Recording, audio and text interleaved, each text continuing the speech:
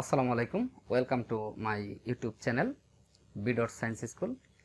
তো আজকে আমরা সূচক বা এক্সপোনেন্টস থেকে খুবই ইন্টারেস্টিং একটা প্রবলেম সলভ করব। আমরা যদি ভিডিওটি একদম শুরু থেকে শেষ পর্যন্ত ভালোভাবে দেখি তাহলে এই ধরনের যে কোনো অঙ্ক আমরা খুবই সহজে করতে পারবো, এমনকি সূচক বা এক্সপোনেন্টসের যে কোনো অঙ্কই আমরা সলভ করতে পারবো। তো চলো শুরু করা যাক। তো শিক্ষার্থী বন্ধুরা, এই যে প্রবলেমটা, এখান থেকে মেইনলি আমরা এক্স এর মানটা নির্ণয় করব। এক্স ইকুয়াল টু হোয়াট, এটা হচ্ছে আমাদের টার্গেট। তো এখানে আমরা সলিউশনটা করা শুরু করি।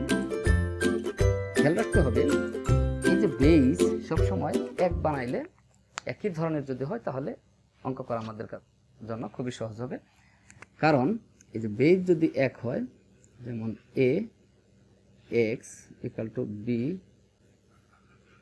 এ ওয়াই, যদি এরকম হয় তাহলে এই বেস যেহেতু এক তাহলে পাওয়ারও এক হয়, আমরা এটা লিখতে পারি। আবার যদি পাওয়ার এক হয় তাহলে এই বেসও আমরা সমান লিখতে পারি, অর্থাৎ এ ইকুয়াল টু বি হবে, কারণ এই পাওয়ার এক, এখানে বেস এক, এখানে পাওয়ার এক। ওকে, এই বিষয়গুলো আমাদেরকে খেয়াল রাখতে হবে। এই জন্য আমাদের এখানে বেসটা এক করতে হবে, পাওয়ার তো এক করা এখন এই মুহূর্তে সম্ভব না আর কি। তো এখানে এই জন্য 2 আমরা বানানোর চেষ্টা করব প্রত্যেক জায়গায়। তাহলে 8, 2 এর পাওয়ার 3 হলে 8 হয়, সাথে x/2 আছে, ঠিক আছে। এখন যেহেতু 2 আছে তাহলে 3/8 আমরা লিখলাম।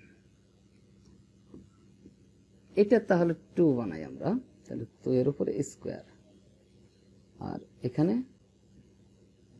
3/4 আছে। ওকে, এখন 2 তাহলে 3x/2, এখানে 2 3/8 সাথে 2, এই 2 কাটলে 2 থাকে, অর্থাৎ 3/2। তো এখন এখানে 2 3x/2, এই যে 2 এবং এটাও 2 যদি গুণ থাকে তাহলে পাওয়ারগুলো যোগ হয়, যেমন এ এম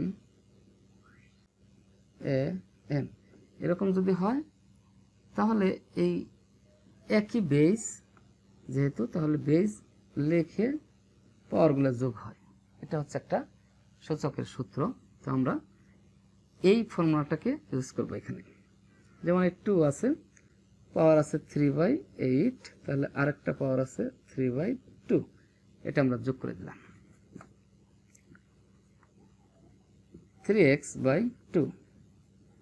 এখন এখানে 2, এটাকে আমরা লসাগু করলাম, এলসিএম 8, তাহলে 3, এটা 4 12।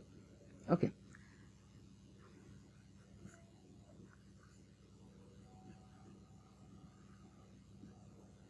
এখন এখানে কত,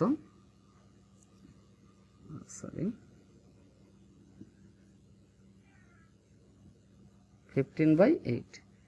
এখন প্রশ্ন হচ্ছে এটাও 2 এটাও 2, এই যে আমরা এই সূত্র অনুসারে কাজ করতে পারি যে এ এ বেসটা একই, তাহলে পাওয়ারগুলোও একই হবে, অর্থাৎ পাওয়ার এক হবে। এখানে 3x/2 ইকুয়াল টু 15/8। এখন আর আমরা গুণ করি, 3 8 24। ওকে, আর এখানে 30।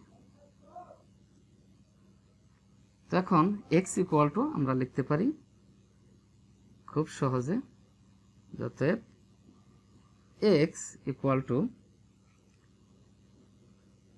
30/24। এখন কাটাকুটি যদি আমরা করি 4 6, তাহলে 6 দিয়ে কাটলে আমাদের এখানে 5 আর এখানে হয় 4, দ্যাট ইজ 5/4। আমাদের অ্যান্সার হচ্ছে x এর মান 5/4।